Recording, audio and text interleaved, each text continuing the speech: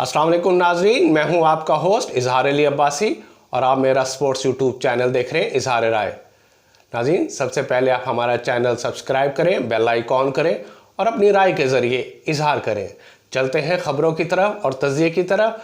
आज ICC cricket world cup Bangladesh और श्रीलंका मद्दे मुकाबिल। बांग्लादेश ने श्रीलंका को 3 विकेटों से हरा दिया, लेकिन एक ऐसा वाक़या पेश आया जो वर्ल्ड कप की तारीख बल्कि क्रिकेट की तारीख का एक अछूता वाक़या है, एक अनोखा वाक़या है। एक ऐसा आउट जो क्रिकेट की तारीख में कभी नहीं मिला। वर्ल्ड कप की तारीख में इसे बदतरीन आउट करार दिया जा रहा है, इस अमल को नापसंदीदा भी करार दिया जा रहा है। और वो आउट था एंजियो मैथ्यूज़ का। मैथ्यूज़ कैसे आउट हुए कि उन्हें टाइम आउट पर आउट करार दे दिया। मैथ्यू आईसीसी कानून के मुताबिक 2 मिनट तक बैटिंग का आगाज़ ना कर सके और वो अपील कर दी शकीब उल हसन ने, जिस पर अंपायर ने काफ़ी सोचो विचार और आपस में मशावरत के बाद एंजियो मैथ्यूज़ को आउट करार दे दिया, जिस पे क्रिकेट हलकों में भी बड़ी बेचैनी दौड़ गई। क्योंकि आईसीसी कानून के मुताबिक जो खिलाड़ी आउट हो जाता है या रिटायर हो जाता है, उससे आगे अगले आने वाले खिलाड़ी को 2 मिनट में क्रीज पर पहुंचकर बैटिंग शुरू करना पड़ती है। अगर वो ये ना कर सके तो कानून के मुताबिक उसे आउट करार दिया जाता है। लेकिन वाकया ये हुआ कि मैथ्यू हेडन्स का हेलमेट ख़राब हो गया, जिसकी उसने शकीब उल हसन से बाकायदा तौर पर इजाज़त ली कि उसका हेलमेट ख़राब हो गया है, और इस दौरान उन्हें हेलमेट चेंज कराया। लेकिन बाद में शकीब उल हसन ने अंपायर से अपील कर दी कि 2 मिनट गुजर गए और बल्लेबाज बैटिंग भी ना आया, और फिर अंपायर ने वो ऐसा दिखाया कि उसकी उंगली आसमान पर बुलंद हो गई। इसका इजहार है मैथ्यूज़ ने यूं किया कि पवेलियन वापसी पर उसने गुस्से से हेलमेट ग्राउंड पर ज़मीन पर दे मारा और अपना गुस्से का इजहार किया। इसको आईसीसी के कानून के मुताबिक तो सही करार दिया जा रहा है, लेकिन क्रिकेट हलकों में एक चीज़ तनकीद की नज़र से जारी है कि क्या स्पोर्ट्स में इखलाकियात या स्पोर्ट्समैन स्पिरिट ख़त्म हो चुकी है। शकीब उल हसन अगर चाहते तो ये अपील वापस ले सकते थे, जिनका मैथ्यूज़ ने रिक्वेस्ट भी की, लेकिन उसकी रिक्वेस्ट शकीब उल हसन ने रद्द कर दी। लेकिन मकाफात अमल ये देखें कि वही शकीब उल हसन 82 के स्कोर पर मैथ्यूज़ की गेंद पर आउट हुए, और मैथ्यूज़ ने जो इशारा किया वो पूरी दुनिया ने देखा। उन्होंने अपने कलाई पर टाइम आउट का इशारा दिया कि तूने इसी बिहाफ पर मुझे अपील करके आउट करार दिया था और मैंने ही तेरी विकेट ली। बहरहाल क्रिकेट हलकों में इस चीज़ को काफ़ी तनकीद का नज़र आ रहा है कि शकीब उल हसन को स्पोर्ट्समैन स्पिरिट का मुजाहरा करते हुए अपील वापस लेनी चाहिए। लेकिन ये भी है कि मोहब्बत और जंग में हर चीज़ जायज़ होती है।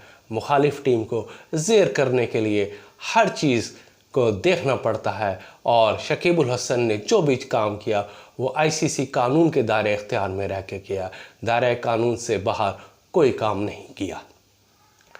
श्रीलंका को पै दर पै शिकस्त का ये हाल हुआ कि श्रीलंकन क्रिकेट बोर्ड ने श्रीलंकन हुकूमत ने, वज़ीर खेल ने पूरा श्रीलंकन क्रिकेट बोर्ड ही ख़त्म कर दिया, और ऐसा ख़त्म किया, ऐसी सज़ा दी कि तमाम ओहदेदारों को फौरी तौर पर बरतरफ कर दिया और एक अबूरी कमेटी बना दी, जिसके सरबरा 1996 क्रिकेट वर्ल्ड कप के फातेह कप्तान लेजेंड राणा टूंगा को अबूरी चेयरमैन मुकर्रर किया और 7 रुकनी पैनल बना डाला ताकि वो क्रिकेट बोर्ड के मामलात देखे। लेकिन इससे कबल इसी वज़ीर खेल ने, श्रीलंका के वज़ीर खेल ने श्रीलंकन क्रिकेट टीम को गद्दार करार दिया था, और ये कहा गया था कि नाकस परफॉर्मेंस की वजह से खिलाड़ी और मैनेजमेंट बेईमान नज़र आ रहे हैं, इनकी ये गद्दारी के मुर्तकब हो रहे हैं और इनकी मुसलसल हार से मुल्क की जगहसाई हो रही है।